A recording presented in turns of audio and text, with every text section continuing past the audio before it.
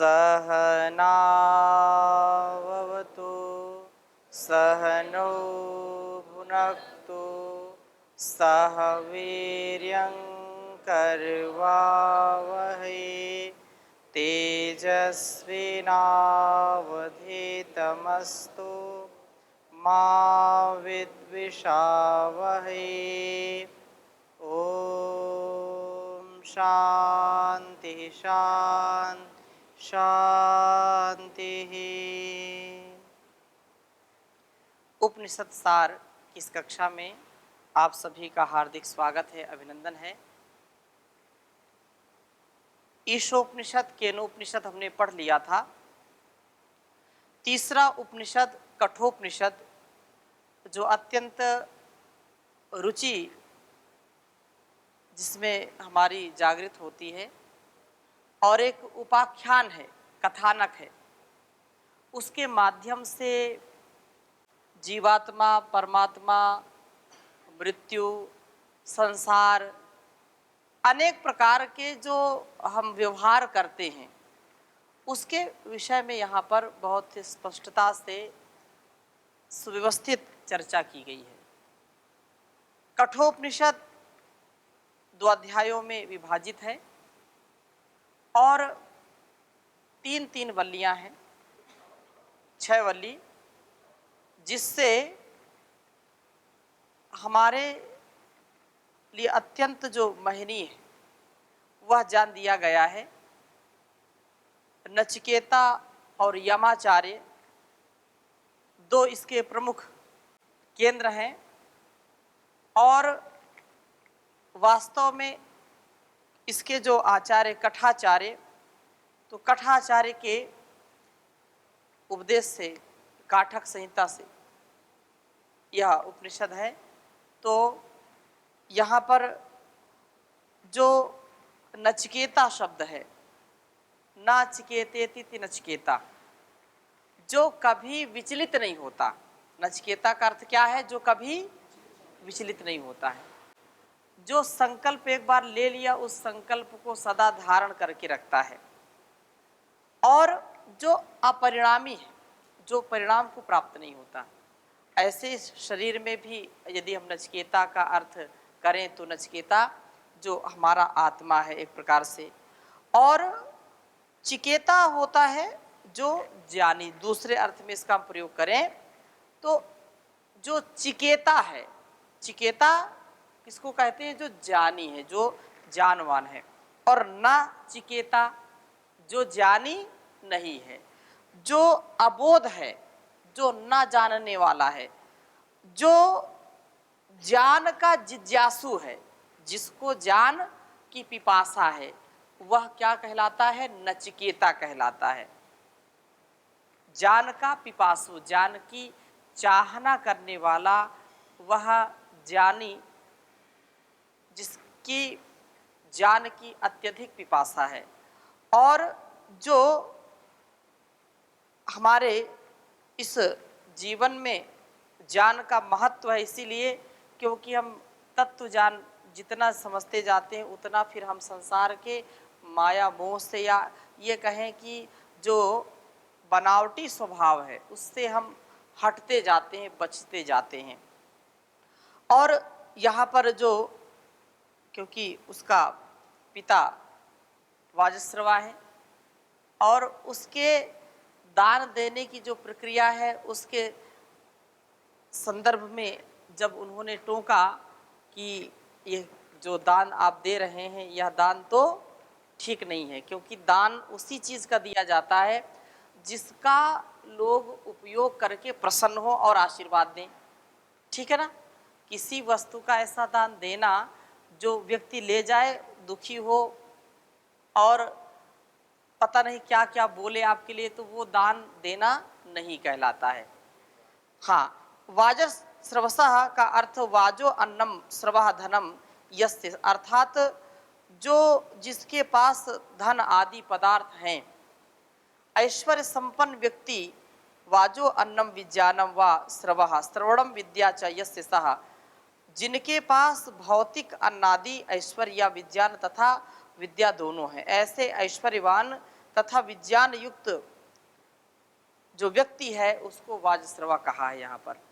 और नचिकेता और फिर यमाचार्य की हम बात करें तो जो सबका नियमन करता है, जो सबका नियमन करता है, संयमन करता है, जो सबके दुर्गुणों को, दुर्व्यसनों को हर लेता है, वह यम कहलाता है, यमाचार्य कहलाता है। तो यम और नचिकेता का यह संवाद जो अत्यंत रोचक है यहाँ आरंभ होता है। और पहले ही वल्ली में कहा, उशन हा वै वाजस्रवसः सर्व वेदसम ददौ तस्य हा नचिकेता नाम पुत्र आस। ये दोनों यहाँ पर जो हा और वही नचिकेता के प्रसिद्ध आख्यान को स्मरण कराने के लिए और ब्रह्मजानियों को इस इतिहास का स्मरण करना चाहिए कि उष्ण संसार की सब जो ऐषणाएं हैं उनका परित्याग तथा दुखों से छूटने की इच्छा करते हुए जो वाजस्रवसा अर्थात वाजस्रवा अन्न आदि पदार्थों के स्वामी तथा विद्वान व्यक्ति ने सर्व वेदसम सब अपने जितने धन धान पदार्थ हैं उनको ददव दे दिया, अर्थात विश्वजित सर्वमेध जो यज्ञ किया उसमें सर्वस्व अर्पण करना होता है, सब कुछ दान देना होता है। और ऐसा करके फिर वह एक प्रकार से संन्यास्त हो गया कि इस संसार का जो आकर्षण है उससे अब मुझको बचना है। यहाँ ऐसा उसने निश्चय किया और उसका पुत्र नचिकेता, ये परिचय करा रहे हैं, उसका नचिकेता नाम का एक पुत्र था। और इस दान से सब प्रकार का ऐश्वर्य पाना चाहते थे। जो संसार में लोग होते हैं एक से बढ़कर के एक, हमारी जो इच्छाएं होती हैं उन इच्छाओं की पूर्ति के लिए हम सब कुछ करते हैं।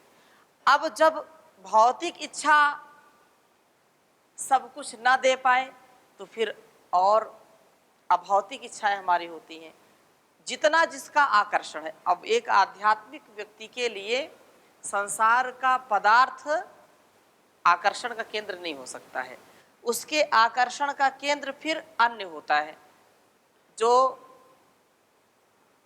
ज्ञान का केंद्र है, जो सब प्रकार से हमको जीवन देने का और इस संसार को चलाने का सामर्थ्य देने वाला परमपिता परमेश्वर है। ऐसा ही आकर्षण तो हमारे बढ़ते रहते हैं, घटते रहते हैं, बदलते रहते हैं। बदलते हैं कि नहीं बदलते? किसी को एक कोई पदार्थ मिल गया उसको खुश हो गया, फिर उससे ज्यादा कीमती कोई पदार्थ मिल गया तो पहले जो मिला था उससे वैराग्य हो जाता है।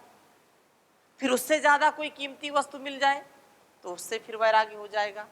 ये संसार ऐसा ही जीवन है। जिसके पास 1 रुपया है उसको अगर 10 रुपया मिल जाए तो 1 रुपया का मोह चला जाता है। 10 के स्थान पर 100 मिल जाए तो 10 का महत्व खत्म हो जाता है। 100 के स्थान पर 1000 मिल जाए तो 100 का महत्व समाप्त। फिर उसको लाख चाहिए, लाख मिल गए तो फिर करोड़ मिल जाए तो लाख का मोह चला जाता है। और करोड़ों रुपए मिलने के बाद फिर अरबों की बात आती है, फिर करोड़ों की गिनती नहीं होती कि होती है। और फिर जहां से शुरू हुआ था, करोड़ों रुपए जिसके पास है, अरबों रुपए जिसके पास है, उसको 1 रुपए 2 रुपए या 10 रुपए कोई उसके लिए कीमत नहीं रखते, जबकि आरंभ वहीं से हुआ था।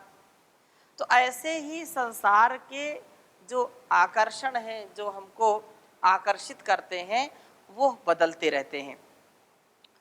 दूसरे श्लोक में कहा कि तम हा कुमारम हा संत दक्षिणासु नियमानासु श्रद्धा आविवेश सो अयम अन्यत। यह प्रसिद्ध है कि तम उस कुमार, लगभग लोग उसको जानते हैं, समझते हैं कि अज्ञानी जो कुमार था, कुमार शब्द का अर्थ होता है कुमार, जो गलत कार्यों से बचा है उसी को कुमार कहते हैं। जिसके अंदर छल कपट राग द्वेष की भावना नहीं है, कुमार्ग से वह बचा हुआ है वही क्या कहलाता है? कुमार कहलाता है। उसको बच्चा भी कोई बोलते, वत्स, वत्स, वत्स से बच्चा हो गया संस्कृत में। बच्चा मतलब बचा हुआ है, गलत कार्यों से जो बचा है वही बच्चा है। वत्स, उसको संस्कृत में शुद्ध शब्द है वत्स, हे वत्स, वत्स। वत्स से धीरे धीरे फिर बच्चा हो गया। जैसे किशोर शब्द होता है, किशोरः, कुमारः, तो किशोरः किशोर शब्द, और किशोर से बिगड़ करके हो गया किशोर, किशोर से छोरा, किशोरी और किशोर बोलते हैं ना। और फिर इधर हरियाणा और पंजाब साइड में जाइए तो फिर क्या है? छोरा, छोरा छोरी, की हट गया, किशोर और किशोरी के स्थान पर क्या हो गया? छोरा और छोरी। किशोरा किशोरी के स्थान पर छोरा और छोरी। तो यहाँ इस श्लोक में कुमार शब्द आया है। जो सब प्रकार के दुर्गुण दुर्व्यसनों से बचा होता है, कुमार्ग से जो बचा होता है वही क्या कहलाता है? कुमार। और वही क्या कहलाती? कुमारी। अच्छा, गांवों में अलग अलग त्योहारों में, अलग अलग पर्वों में, अलग अलग व्रतों में कन्या पूजन होता है कि नहीं? तो जो कुमार गांव में बोलते कुमारी खिलाते हैं, कन्या खिलाते, कन्या भोज करते हैं। तो जो अलग अलग प्रकार के जो संसार में चीजें होती हैं उससे मन जिसका दूषित नहीं है, जिसका मन और शरीर पवित्र है, वही कुमारी है। और ऐसा ही जो कुमार है, जो मन और जिसका शरीर शुद्ध है, वही क्या है? कुमार है। तो ये कहा कि कुमारम, जो अबाल था, मतलब बिल्कुल बालक, जो अज्ञानी था, अज्ञ बोलते हैं, बिल्कुल बाल कुमार है। तो ऐसा नचिकेता को दक्षिणासु दान किए हुए गाय आदि पदार्थों के नियमानासु जो विद्वान वेद पाठी थे उनको उनके पिता दान दे रहे हैं। और यथायोग देते समय श्रद्धा, सत्य भावना अथवा आस्तिकता रूप बुद्धि आविवेश उत्पन्न हो गई। और वह नचिकेता अमन्यत विचार करने लगा कि यह जो पिता दे रहे हैं, ऋतुज जो होते हैं, जो यज्ञ कराने वाले होते हैं, उनको ऐसी गाय दान दे रहे हैं जो बिल्कुल देने योग्य नहीं है। उसको अगले श्लोक में कह रहे हैं कि नचिकेता अपने पिता द्वारा दी जाने वाली जो गाय है दक्षिणा के दोष पर विचार कर रहा है।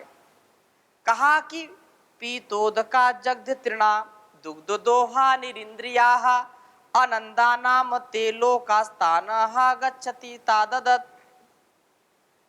कहा कि पीतोदका, उदक बोलते हैं जल को, ऐसी गायें दे रहे हैं दान में उनके पिताजी कि गाय एक बार पानी पी ली या जितने बार उसको पीना था पी लिया, अब दोबारा पीने का सामर्थ्य नहीं है, पानी तक नहीं पी पा रहे, इतनी कमजोर गाय दे रहे। और जग्ध तृणा, जिन्होंने जितनी घास खानी थी खा लिया, अब उनको चबाने का भी सामर्थ्य नहीं है। पीतोदका जग्ध तृणा और दुग्ध दोहा, जिनका सारा दुग्ध निकाल लिया गया है, अब वो दूध देने का सामर्थ्य नहीं रख पा रही हैं, ऐसी गाय को दे रहे। निरिंद्रियाः, न उनको देखने का सामर्थ्य, न सिर उठाने का सामर्थ्य और न चलने का सामर्थ्य। निरिंद्रिया, दुर्बल इंद्रिय होने से अब वह बछड़ा बछड़ी को जन्म देने का भी सामर्थ्य उनमें नहीं है। तो ता असमर्थ उन वृद्ध गायों को जो ददत दक्षिणा में देता है, स वह अनंदा आनंद रहित दुखमय ते नाम प्रसिद्ध लोक स्थान विशेष अथवा जन्म है तान उन लोगों को जाता है, प्राप्त होता है। जो ऐसी दान की वस्तु जिससे दूसरे का कल्याण नहीं होगा, तो ऐसी दान वस्तु देगा। तो कहा कि अनंदा नाम ते लोकास, ऐसे लोगों को वो प्राप्त होता है जहां पर आनंद नहीं है, जहां पर दुख है, जहां पर कष्ट है।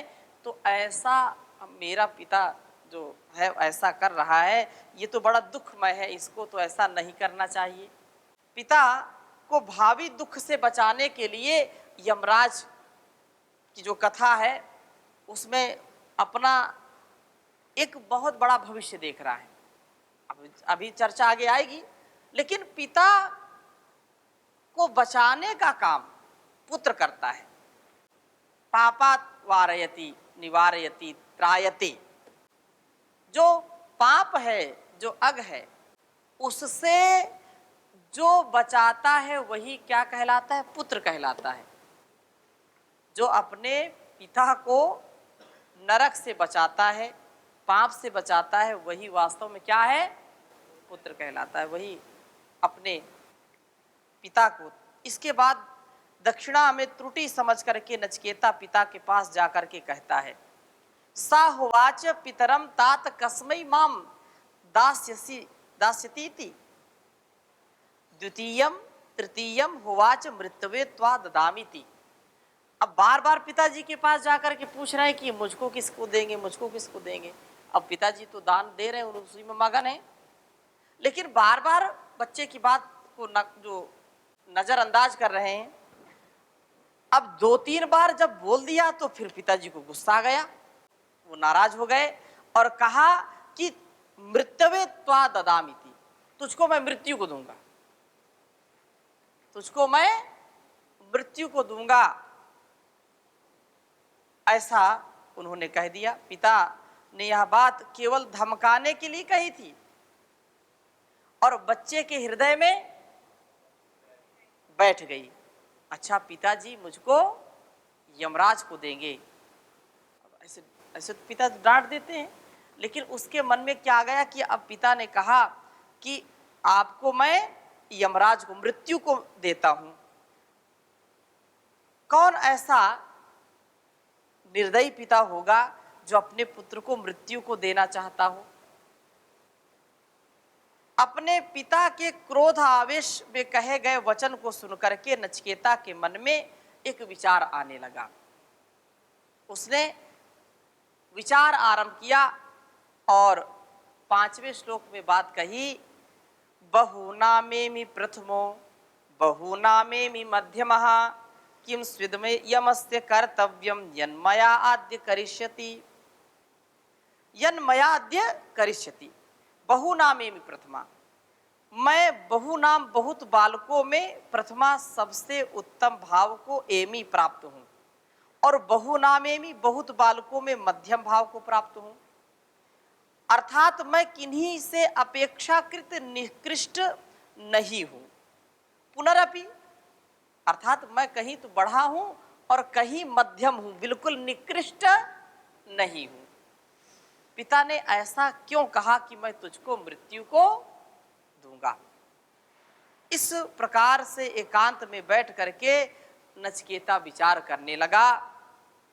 यमस्य, मृत्यु का, किम स्विद, क्या कर्तव्यम, करने योग्य कार्य शेष है, यत जिसे पिता अद्य इस समय मया मेरे से करिष्यति कराएंगे।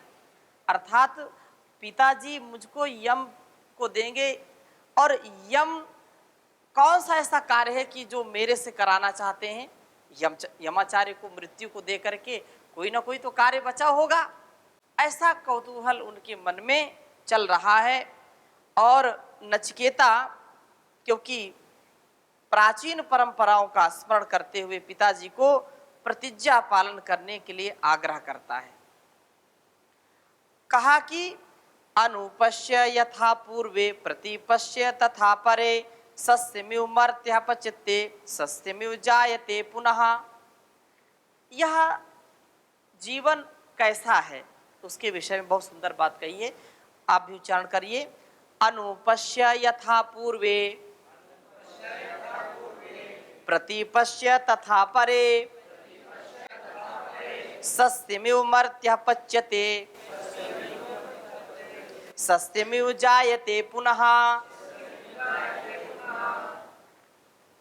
अनुपश्य यथा पूर्वे, कहा कि आप सदृश धर्मात्मा पुरुषों को शोक नहीं करना चाहिए, यथा जिस प्रकार से पूर्व हमारे पिता महाआदि पूर्वज वृद्ध लोग सद आचरण करते रहे हैं, उसी प्रकार आप भी अनुपस्थ अनुसरण कीजिए, अर्थात शोक रहित होकर के अपने वचनों का पालन कीजिए। क्योंकि अब उसके हृदय में बात बैठ गई, अब उसको यम के पास जाने का मन हो गया कि अब तो पिता ने आज्ञा दे दी और मुझको अब जाना ही जाना है। पिता से आज्ञा मांग रहा है तो पिता दुखी हो गए, अरे मैंने तो ऐसे कह दिया था, आप तो बुरा मान गए। नाराज नहीं होते, ऐसे ऐसे बोल दिया था, वहां नहीं जाना। उसको पुचकारने लगे, आंखें डबडबा गई पिता की कि अरे ये तो मैंने क्या कह दिया। अब पुत्र पिता को समझा रहा कि अनुपश्य यथा पूर्वे, जैसे हमारे पिता पितामह, आपके पिता पितामह जैसे अपने वचनों का पालन करते आ रहे थे, वैसा ही पालन आपको भी करना है। प्रतिपश्य यथा परे, और सस्म्यु मर्त्या पच्यते सस्म्यु जायते पुनः, क्योंकि यह आप भी प्रतिज्ञा का पालन करें। प्रतिज्ञा का पालन इस विनश्वर शरीर के मोह जाल में पढ़ कर के नहीं छोड़ना चाहिए। ये तो शरीर है, नश्वर है, ये तो नष्ट होने वाला है। मनुष्य मरता सस्य में हो, जैसे खेत में फसल होती है, काट ली जाती है, अंकुरण पहले होता है अंकुरण, फिर धीरे धीरे फसल बढ़ती है, फिर धीरे धीरे सूख जाती है, फिर उसको काट लेते हैं, फिर बीज बोते हैं, फिर ये एक क्रम चलता रहता है, चाहे धान का हो चाहे गेहूं का हो, कोई भी फसल हो, ऐसा चलता है क्रम। तो ऐसे जीवन भी हमारा चलता है। हम जन्म लेते हैं, धीरे धीरे बड़े होते हैं, फिर वृद्ध हो जाते हैं, फिर मृत्यु को प्राप्त होते हैं, फिर जन्म लेते हैं। जाता से ही ध्रुव मृत्यु, जिसका जन्म हुआ है उसकी मृत्यु भी सुनिश्चित है, और जिसकी मृत्यु सुनिश्चित उसका जन्म भी सुनिश्चित है। इसलिए शोक नहीं करते, और खेती के समान ये पुनः उत्पन्न होता है, ऐसी बात कह रहे हैं। नचिकेता अपने कुल की मान मर्यादाओं की तरफ ध्यान दिला रहे हैं पिताजी को, और प्रतिज्ञा पालन करने के लिए उनको प्रेरित कर रहे हैं। और अगली बात कही, वैश्वानरः प्रविशत्य अतिथिर्ब्रह्मणो गृहान् तस्यैतां शांतिं कुर्वन्ति हर वैवस्वतोदकम्। वैवस्वत उदकम, कि वैवस्वत है विवस्वान के पुत्र यमाचार्य, गृहान घर में वैश्वानर अग्नि के समान तेजस्वी। अब चूंकि वो वहां से पहुंच गए, और नचिकेता को बार बार समझाया पिता ने, लेकिन वो माने नहीं। जैसे भगवान राम को खूब समझाया, दशरथ ने भी समझाया, लेकिन उनके 14 वर्ष के वनवास का जो वचन दे दिया था वो चले गए, माने नहीं, क्योंकि उसमें पिता की प्रतिष्ठा है, पिता का गौरव है। पिता माता तो मोह में कहते हैं कि नहीं नहीं ऐसा नहीं है। ऐसे ही यमाचार्य के पास वो पहुंच गया, पिता को बार बार निवेदन किया कि आप शोक मत करना, मैं अब जाऊंगा, मृत्यु को आपने दे दिया है, तो मृत्यु जो ब्रह्मचारी और ब्रह्मजानी आचार्य है नचिकेता, वहां पर प्रस्थान किया। लेकिन दुर्भाग्य क्या हुआ कि जहां नचिकेता उनके घर पहुंचा तो यमाचार्य कहीं बाहर गए थे, यम वहां थे नहीं, कहीं निमंत्रण गए होंगे या अन्य कई स्थान पर रहे होंगे, लेकिन वहां उस समय वो थे नहीं, 2-3 दिन के लिए बाहर गए। अब जब वो नहीं थे तो कहा कि हे विवस्वान के पुत्र यमाचार्य, गृहान घर में अग्नि के समान तेजस्वी ब्रह्म तेज को धारण करने वाला ब्रह्मचारी या विद्वान अतिथि प्रविशति प्रवेश करता है, तस्य उस अतिथि की एताम परंपरा को प्राप्त है। इसलिए आप भी अर्घ्य जल आदि सत्कार सामग्री को हर प्राप्त कीजिए, अर्थात अतिथि का यथा योग सत्कार कीजिए। संसार का ये नियम है कि यदि हम सत्कार किसी का करते हैं तो हमको सत्कार मिलता है, और हम सत्कार नहीं करते हैं तो सत्कार मिलता भी नहीं है। अच्छा, मिले ना कोई बात नहीं, लेकिन उल्टा पाप लगता है। इसलिए देवता कहा है, अतिथि को क्या कहा है? देवता कहा। अतिथि देवो भव कहा है। मातृदेवो भव, पितृदेवो भव, आचार्य देवो भव, अतिथि देवो भव। अतिथि की सेवा करना भारतीयता है। अतिथि की सेवा करना हमारी संस्कृति है। अतिथि की सेवा करना हमारे संस्कार हैं। इसलिए अतिथि का सम्मान सदा से लोग करते आ रहे हैं, प्राचीन काल से करते आ रहे हैं। स्वयं के लिए चाहे खाने के लिए ना हो, लेकिन अतिथि आया है तो भूखा वो नहीं जाना चाहिए। इतना गौरव अतिथि को देते थे, इसलिए अतिथि पूजा। अच्छा, अतिथि कहते किसको हैं? अतिथि का तात्पर्य यह है कि जो वेद का विद्वान है, जो अपने गुणकर्म स्वभाव से महान है, जो राष्ट्रभक्त है, समाज को दिशा देने वाला है, जो हमारे घर में आता है और अनेक प्रकार के ज्ञान विज्ञान से हमको ओतप्रोत कर देता है, वह अतिथि कहलाता है। अतिथि जो, ठीक है, ऐसे तो अतिथि बोल देते वो भी अतिथि है, कुछ अतिथि आ गए, लेकिन सच्चे अर्थों में अतिथि वही है जो घर में आकर के हमारे ज्ञान में परिवर्धन कर दे, संवर्धन कर दे। और अतिथि जो चारों ओर भ्रमण करता रहता है समाज राष्ट्र के उत्थान के लिए, वही अतिथि कहलाता है। ऐसे अतिथि का सत्कार करना चाहिए।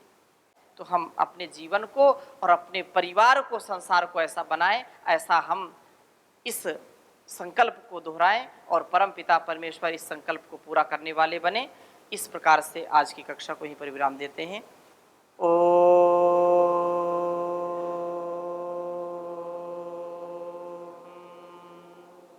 शांति शांति शांति। ओम श्री परमात्मने नमः। ओम श्री गुरुभ्यो नमः। ओम सर्वेभ्यो नमः।